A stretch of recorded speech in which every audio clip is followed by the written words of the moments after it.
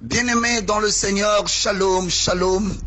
Que le Seigneur vous bénisse, car la parole de l'Éternel déclare, du lever jusqu'à son couche, que le nom de l'Éternel Dieu soit célébré.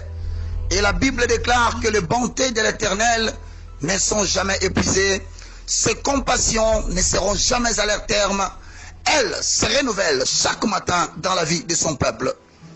Prions encore avec le fondement de la vie spirituelle dans le christianisme. Père céleste, au nom de Jésus, je te loue, je te glorifie. Merci Seigneur Jésus-Christ. Louange à toi Saint-Esprit, le communicateur indispensable de la grâce. Moi, je suis un esprit, ayant une âme qui habite dans un corps. Mais ce matin, je refuse de mener ma vie spirituelle selon le plan que Dieu m'a donné d'exécuter sur la terre, en accord avec les limites que m'impose la chair. Au nom de Jésus-Christ de Nazareth, je bénéficie de la loi d'exception. Ce qui arrive aux hommes ordinaires de ma famille, cela ne peut pas m'arriver au nom puissant de Jésus-Christ de Nazareth. Ce qui arrive en termes de la mort physique précoce, cela ne peut pas m'arriver dans ma famille et cela ne peut pas m'arriver dans mes enfants au nom puissant de Jésus-Christ de Nazareth. Tout redoublement de force, moi, je bénéficie de la loi d'exception. Comme David avait de pierres, seule la première pierre avait touché Goliath et le fit tomber. Moi aussi je déclare, je ne répéterai pas des opérations 2, 3 fois. Une seule fois, je le ferai. Et cela réussira au nom puissant de Jésus-Christ de Nazareth. Je bénéficie de la loi d'exception. Les maladies qui frappent les membres de ma famille, les maladies qui frappent en plein midi, les maladies qui frappent mes contemporains, moi, 1000 tombes à ma gauche, 10 000 tombes à ma droite, je ne serai jamais atteint au nom puissant de Jésus-Christ de Nazareth. La Bible déclare dans le livre de Deutéronome, le chapitre 34, le verset 5, je paraphrase.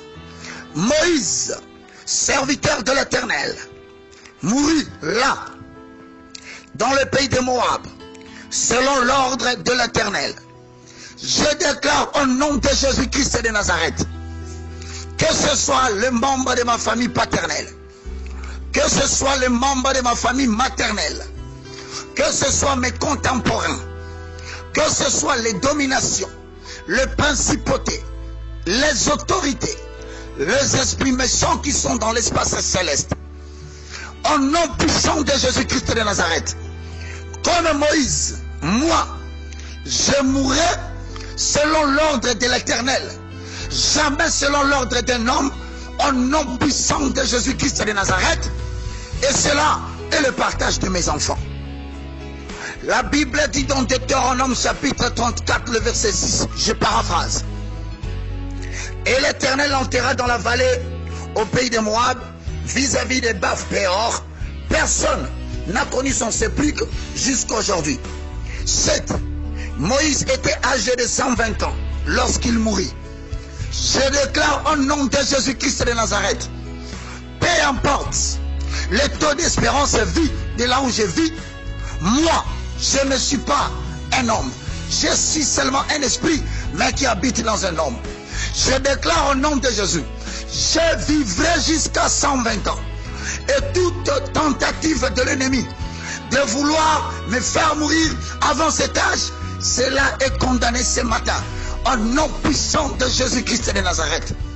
Je déclare, comme Moïse, sa vue n'était point affaiblie. Dans le nom de Jésus, mes yeux restent en bon état. Je ne souffre pas de la maladie des yeux. Et cela en va de la durée de mon existence.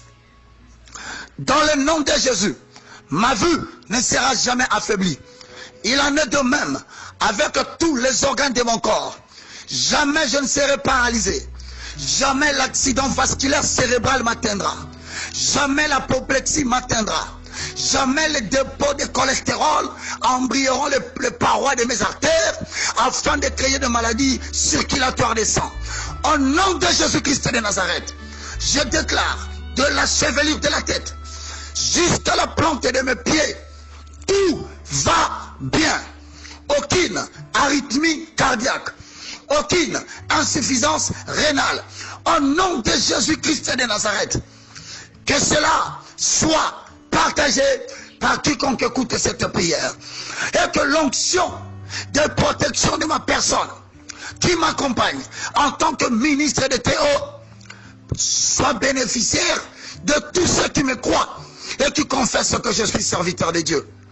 Au nom puissant de Jésus-Christ de Nazareth, je déclare, et sa vigueur ne t'est point passée. Je déclare dans le nom de Jésus, la Bible déclare, les jeunes gens se fatiguent dans leur adolescence, mais ceux qui se confient en l'Éternel, ils renouvellent leurs forces, ils courent sans se fatiguer.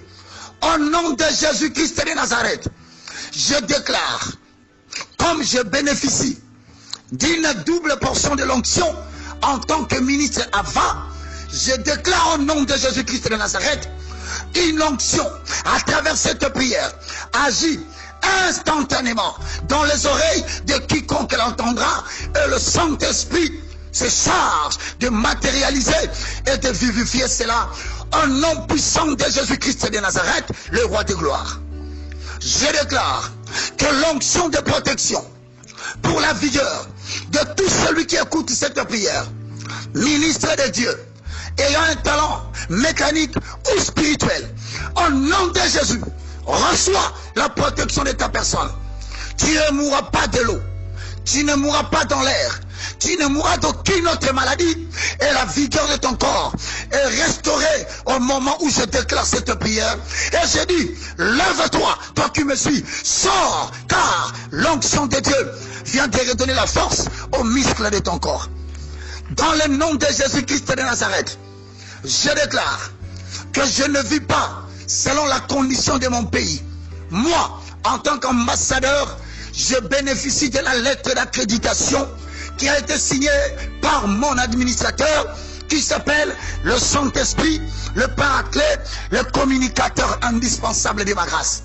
Comme il l'a signé ce matin, en accord avec Philippiens chapitre 4, le verset 6, je paraphrase. Ne vous inquiétez de rien. Réjouissez-vous, je le répète, réjouissez-vous et que votre joie s'accordie de tout le monde. Mais en toutes choses, faites connaître vos besoins à l'Éternel, tout en rendant par lui des sacrifices d'action de grâce. Dans le nom de Jésus, ce matin, tous mes projets, le Saint-Esprit me dévance. Il balise le chemin. Il balaye le chemin. Il emporte les obstacles. Moi, ce matin, je ne sors pas pour aller chercher de l'argent. Je ne sors pas pour être soumis aux volontés des hommes. C'est que je déclare, comme dans Genèse chapitre 24, Rebecca, fils de Pétuel, elle était sortie pas pour chercher un mari, elle était sortie à la rencontre de son époux. Bien-aimés dans le Seigneur, shalom, shalom, que le Seigneur vous bénisse, car la parole de l'Éternel déclare, du lever jusqu'à son coucher, que le nom de l'Éternel Dieu soit célébré. Et la Bible déclare que les bontés de l'Éternel ne sont jamais épuisées, ses compassions ne seront jamais à leur terme, elles se renouvellent chaque matin dans la vie de son peuple. Prions encore avec le fondement de la vie spirituelle dans le christianisme. Père céleste, au nom de Jésus, je te loue, je te glorifie. Merci Seigneur Jésus-Christ. Louange à toi Saint-Esprit, le communicateur indispensable de la grâce.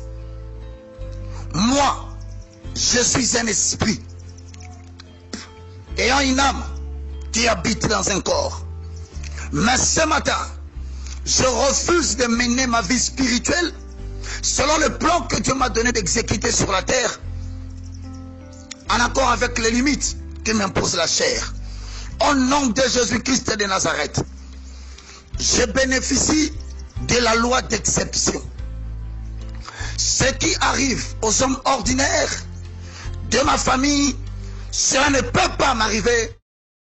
Jésus-Christ de Nazareth, bien-aimés dans le Seigneur, nous vous saluons dans le précieux nom de Jésus-Christ de Nazareth.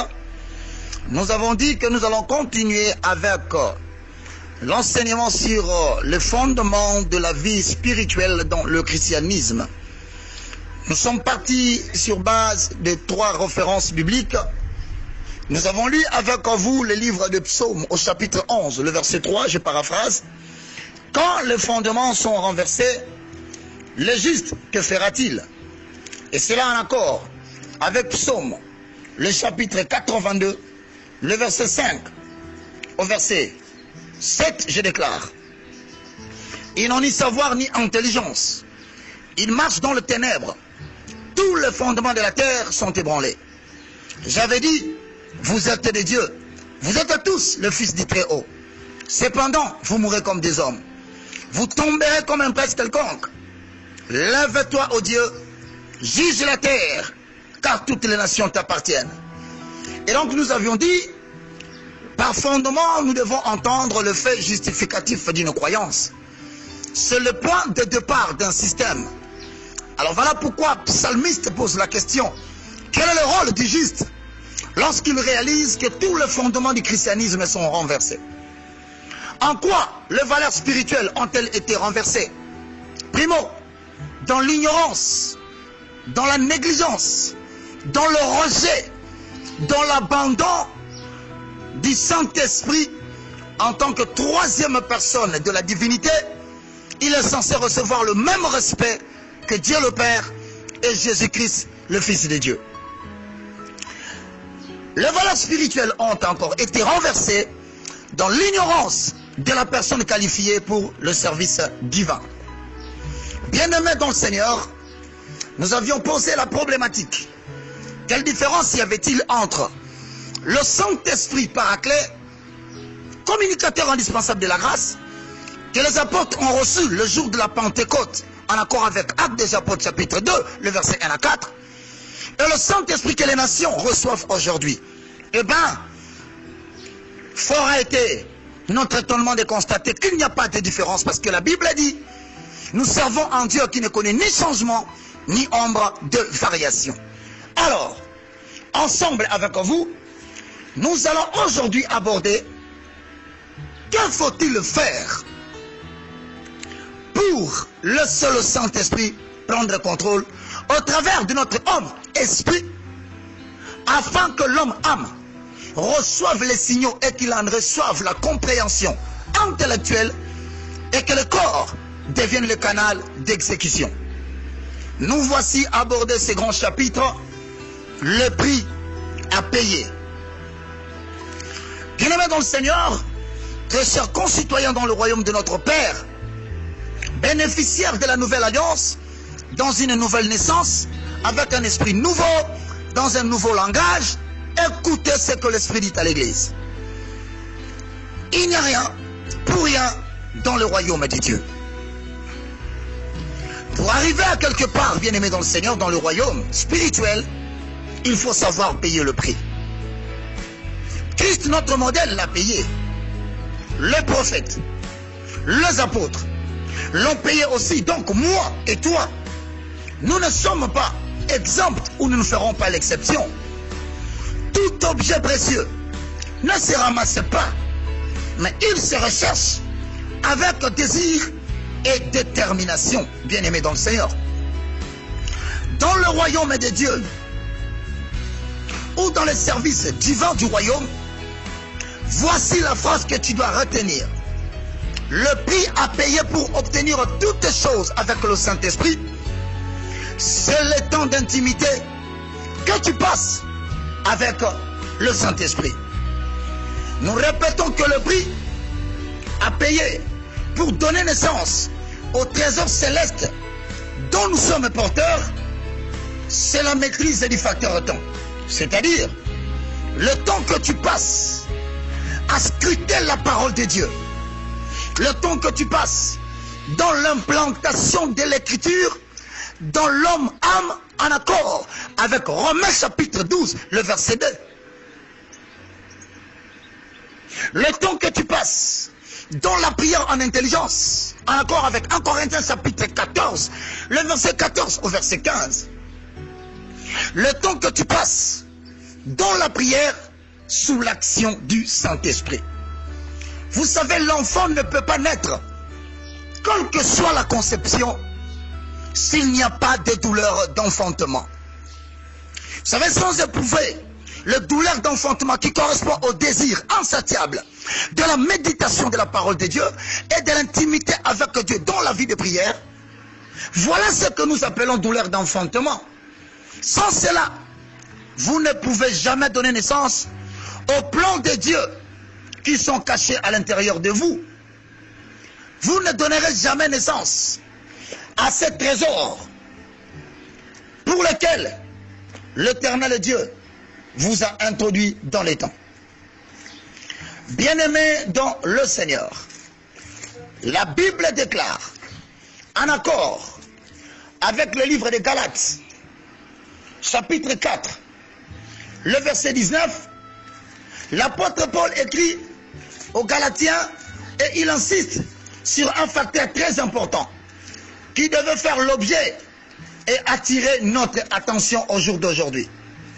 Vous le lirez dans Jérémie chapitre 30, le verset 6, enfin, 2 Corinthiens chapitre 4, le verset 7, je paraphrase. 2 Corinthiens chapitre 4, le verset 7. Nous portons ces trésors dans des vases de terre, afin que cette grande puissance soit attribuée à Dieu et non pas à nous. Vous allez le remarquer, bien-aimés dans le Seigneur, les trésors qui sont en fait le plan pour lequel nous sommes porteurs et le plan pour lequel Dieu nous a introduits dans les temps, nous le portons dans nos vases de terre qui sont les corps porteurs de l'âme, gardiens de l'esprit, symbole de la présence de Dieu en nous. Bien-aimés dans le Seigneur, le paiement de ces prix exige une discipline personnelle sans laquelle, mon frère, vous n'irez nulle part. Vous tourbillonnerez sur place. Vous multiplierez des années de fréquentation de l'église, mais cela ne produira rien, car la naissance de ces trésors ne repose pas sur une religion superficielle ou superfétatoire. Conclusion du chapitre.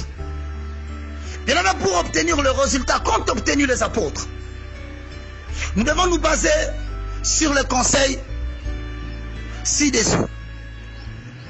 Nous devons donner beaucoup plus d'importance au temps en collaborant avec le Saint-Esprit, et cette tâche exige l'intimité dans la prière sous l'inspiration du Saint-Esprit, c'est-à-dire la prière en langue, le temps d'intimité dans la prière en intelligence, et surtout dans l'implantation de la parole de Dieu dans notre homme-âme, qui est une cure que l'on doit imposer à l'homme-âme afin qu'il puisse trouver son salut et qu'il soit renouvelé. Généralement, très chers bien-aimés dans les Seigneurs, la bataille est spirituelle. Alors sans taille, vous ne pouvez pas assister à la bataille, sinon c'est de la poudre aux yeux, c'est vouloir arracher par le main les étoiles du ciel. Conséquence, honte publique, mort physique précoce, redoublement d'efforts, morsure du serpent.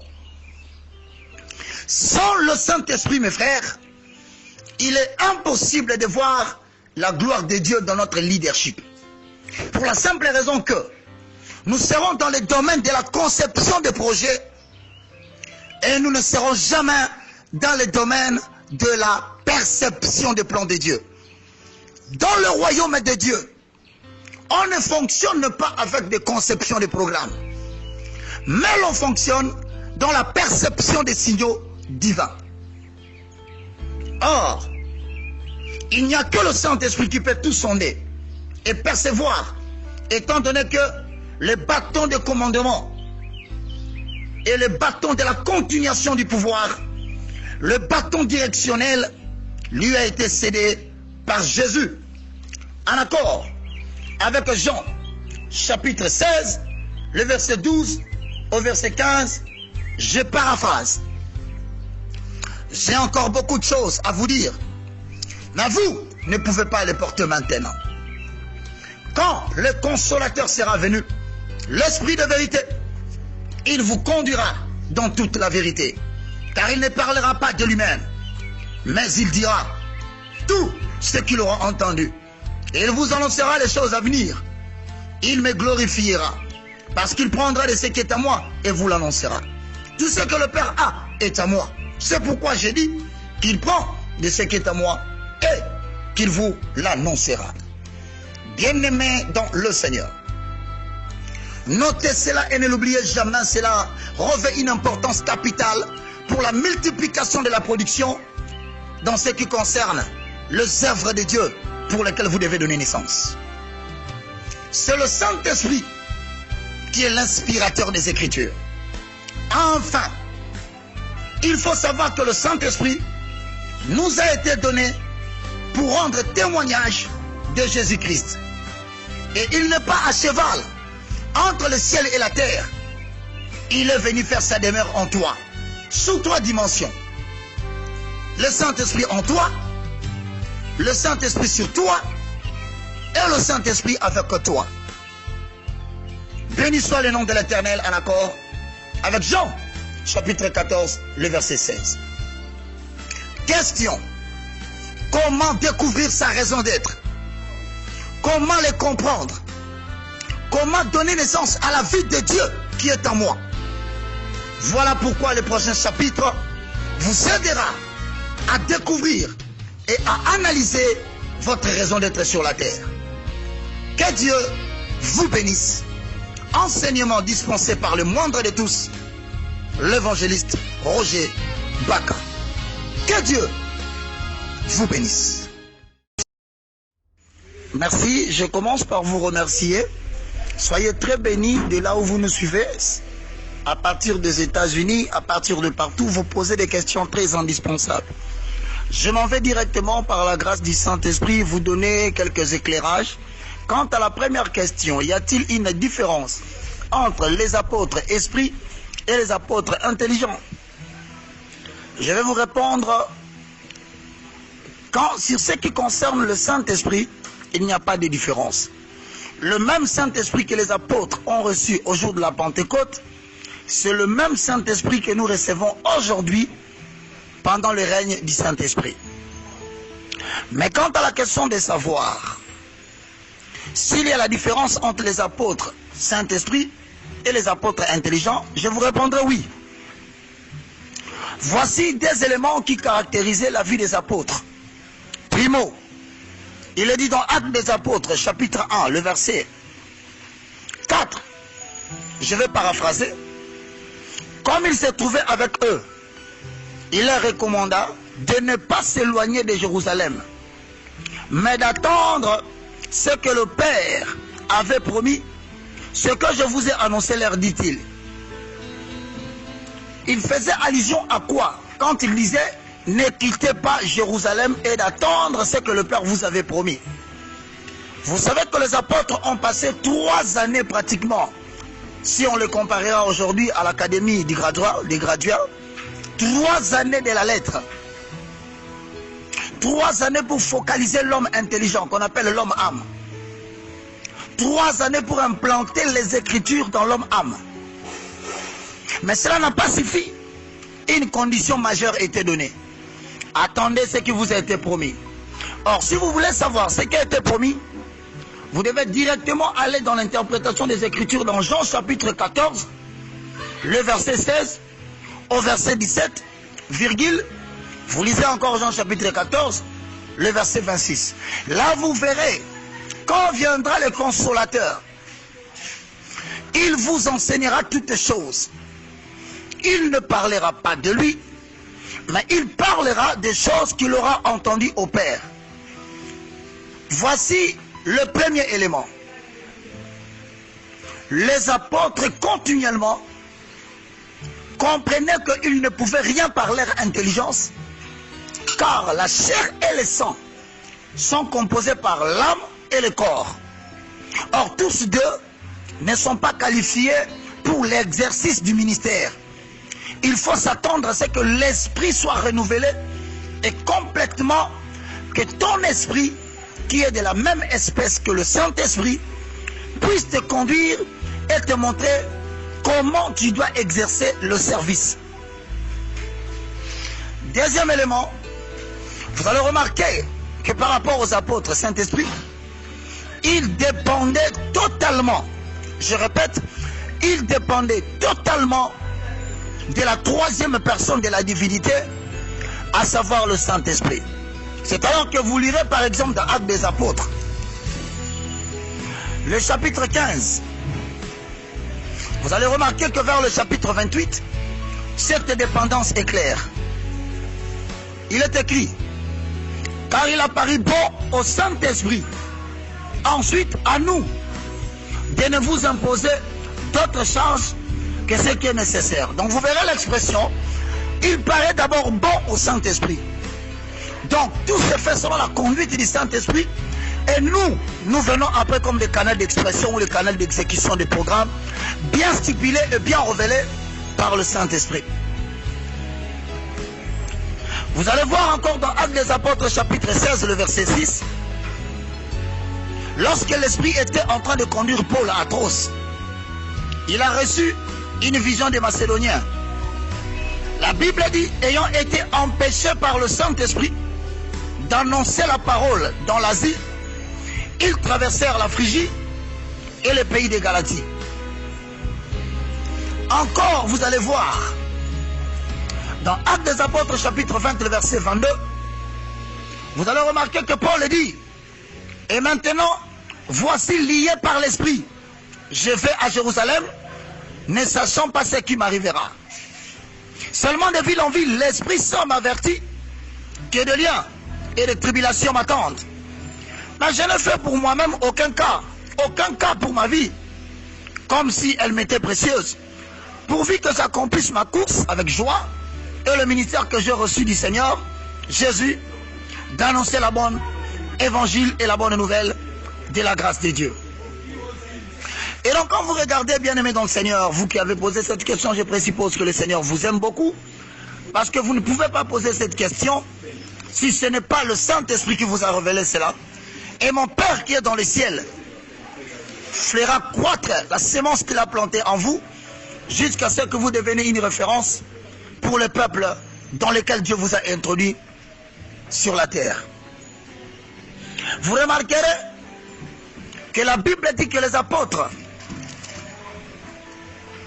vers Actes des Apôtres chapitre 4 le verset 33, je vais paraphraser, un autre élément qui fait la différence, les apôtres sous l'onction du Saint-Esprit, Actes chapitre 4 33, les apôtres rendaient avec beaucoup de force le témoignage de la résurrection de Jésus-Christ, et une grande grâce reposait sur eux tous. Vous allez remarquer, la Bible dit, ils rendaient témoignage, non pas de eux-mêmes, mais ils rendaient témoignage de la résurrection de Jésus-Christ. Ce qui n'est pas le cas aujourd'hui. L'évangile repose sur le bien maternel. L'évangile repose sur l'abondance des biens matériels. L'évangile repose sur le bâti quotidien du royaume de la terre. Alors qu'à la différence des apôtres, l'apôtre Paul dit, lorsque je suis venu à vous, je n'ai pas voulu connaître autre chose de vous, si ce n'est le nom de Jésus-Christ de Nazareth. Le Saint-Esprit est venu pour glorifier le nom de Jésus. Deuxième question que vous aviez posée, à laquelle je vous transmets une réponse. Nous avions tout abandonné. Nous avions laissé nos maisons, nos biens, nos femmes. Qu'allons-nous bénéficier avec toi? Quant à la question de savoir s'il faille tout abandonner pour suivre Jésus-Christ, je vous réponds, pas forcément. Parce que ce qui qualifie un apôtre pour l'exercice du ministère afin que l'impact soit manifeste dans ta vie, c'est ta capacité à tout prix et de manière continuelle, tu sais te donner de la taille spirituelle et te laisser conduire par l'Esprit de Dieu. Car Romains, chapitre 8, le verset 14 dit, ceux qui sont conduits par l'Esprit de Dieu sont appelés fils de Dieu. Et donc, la condition majeure, c'est que Dieu ne peut pas travailler avec toi si au préalable, il n'a pas travaillé en toi. Or, celui qui s'occupe du fonctionnement de notre être intérieur, afin qu'à tout prix et à tout moment, que nous puissions recevoir les signaux divins que les apôtres ont reçus de la part du Saint-Esprit. Il faut ce qu'on appelle l'équilibre et l'harmonie entre l'homme-esprit et l'homme-âme.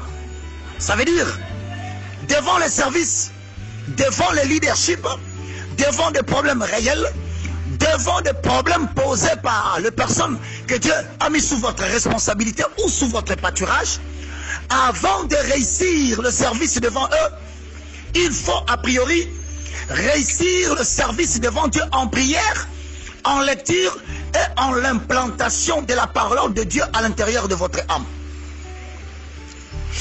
Donc je voudrais vous dire par un principe clair, tout service d'un apôtre, d'un évangéliste, d'un prophète, d'un docteur, tout service de Dieu doit être précédé par le service d'abord devant Dieu avant de se tenir devant les hommes. Ce qui n'est pas le cas aujourd'hui. On s'attache beaucoup plus au service, précipité pour prêcher l'évangile, alors que Jérémie dit, je ne les ai pas parlé, ils ont prophétisé. Je ne les ai pas envoyés, ils ont couru. S'ils avaient assisté à mon conseil, ils auront dû faire entendre à ces peuples mes paroles, ce qui les aurait détruits, non pas seulement physiquement, mais ce qui les aurait conduits à mettre en pratique ma parole et les aider à se détourner de leur mauvaise voie. Donc je peux vous dire carrément, on n'est pas autant de monter sur les montagnes, ni sur les synagogues, ni se cacher dans les citernes. Non, le Saint-Esprit est là. Il ne faut pas qu'il soit méprisé. Il ne faut pas qu'il soit négligé. Il ne faut pas qu'il soit ignoré.